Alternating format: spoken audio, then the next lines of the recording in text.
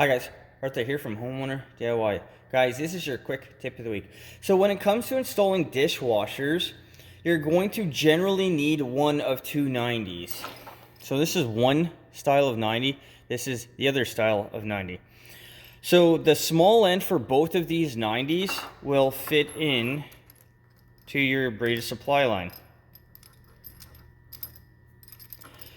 Now the braided supply line on the inside here has a rubber gasket, so you don't need to Teflon anything. But there you go. So which 90 you're going to need is going to be dependent on what kind of dishwasher you have. Now, one thing to take note, because you have a rubber gasket in here, you don't need any Teflon tape for this 90 at all. This one, you don't need Teflon tape.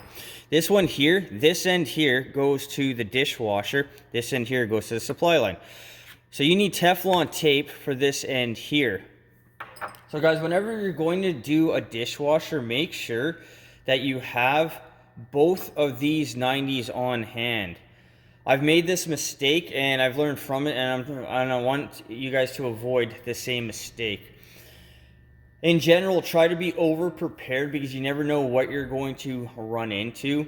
But when it comes to dishwashers, what you want to always do is install a braided supply line like this that makes sure everything is removable, and then have both these on hand. So depending on which dishwasher you're going to install, you're going to be covered for all your bases. Guys, that is your quick tip of the week.